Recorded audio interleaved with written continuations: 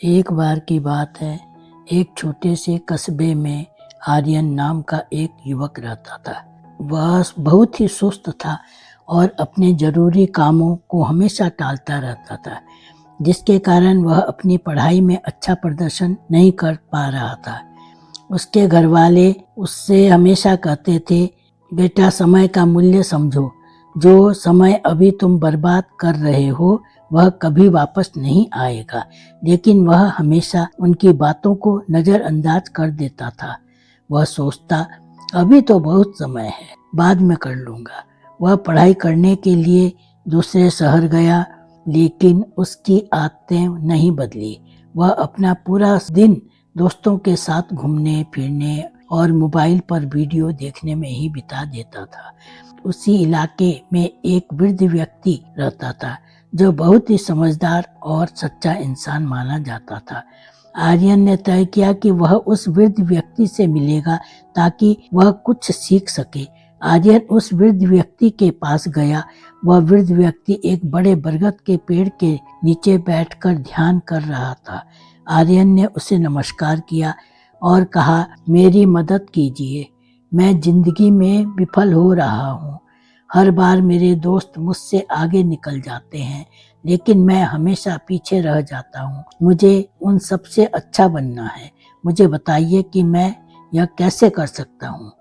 वृद्ध व्यक्ति ने कहा, बेटा तुम संघर्ष झेल रहे हो, क्योंकि तुम अपने कामों को हमेशा टालते रहते हो और समय की कदर नहीं करते।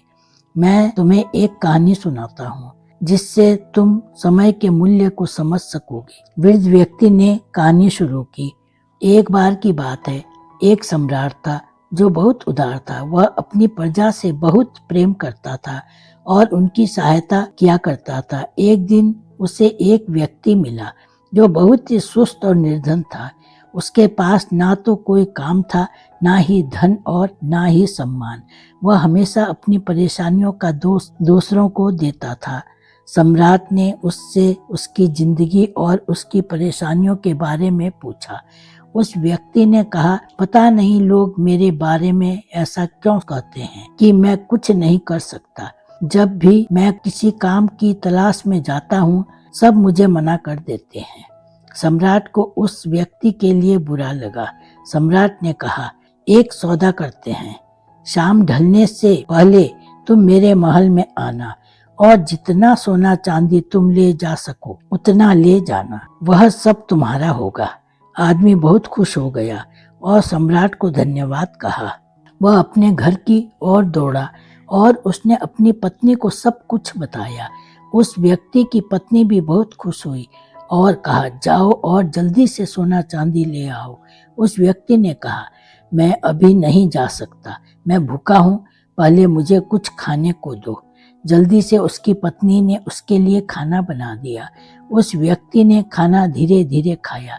उसने सोचा, इसके पास तो बहुत समय है, खाना खाने के बाद महल जाऊंगा।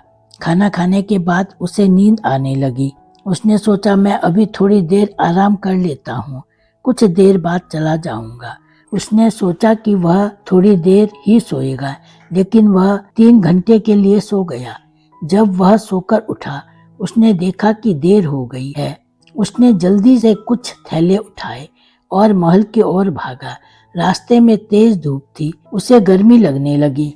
उसने सोचा, थोड़ी देर पेड़ के नीचे आराम कर लेता हूँ, फिर आगे बढ़ूंगा। उस समय पेड़ के नीचे ठंडी हवा चल रही थी, जिससे उसे फिर नींद आ गई। इस बार वह 2 घंटे के लिए सो गया। जब वह सोकर उठा, उसने देखा कि शाम होने वाली है और सूरज डूबने वाला है। वह जल्दी से थैले उठाकर महल की ओर भागा, लेकिन जब वह वहां पहुंचा तो सूरज डूब चुका था और दरवाजे बंद हो चुके थे। वह व्यक्ति बहुत दुखी हो गया। उसने समृद्ध बनने का एक अच्छा मौका गंवा दिया, क्योंकि उसने समय के मूल्य को नहीं समझा। वृद्ध व्यक्ति ने कहानी को खत्म किया और आर्यन की तरफ देखा। आर्यन के पास कोई शब्द नहीं थे। उसे अपनी गलती का एहसास हुआ। आर्यन ने उस वृद्ध व्यक्ति को धन्यवाद दिया और घर वापस लौट गया। उसे समझ आया कि समय बहुत कीमती है, उसे बर्बाद नहीं करना चाहिए। उसी दिन से आर्यन ने अपने लक्ष्यों पर काम करना शुरू किया। उसने अपनी काम टालने वाली आदत को छोड़ दिया। कुछ ही समय बाद वह अपने सभी दोस्तों से आगे निकल गया और कॉलेज का सबसे होनहार छात्र बन गया। कहानी से हमें यह सीख मिलती है कि समय सबसे मूल्यवान संपत्ति है। अगर हम इसे बेकार की चीजों में बर्बाद करेंगे तो हमारे पास पछताने के अलावा कुछ नहीं बचेगा। हर अवसर का सही समय पर लाभ उठाना चाहिए, क्योंकि खोया हुआ समय कभी वापस नहीं आता। इसलिए आज से ही अपने समय का सदुपयोग करें और अपने लक्ष्यों पर केंद्रित रहें। दोस्तों, अगर आपको यह कहानी पसंद आई हो तो कृपया इसे लाइक करें और अपने दोस्तों के साथ शेयर करें। अगर आप ऐसी और प्रेरणादायक कहानियों को सुनना चाहते हैं तो हमारे चैनल को सब्सक्राइब करें और बेल आइकन दबाना न भूलें, ताकि हमारी नई कहानी आप तक सबसे पहले पहुंच सके। धन्यवाद।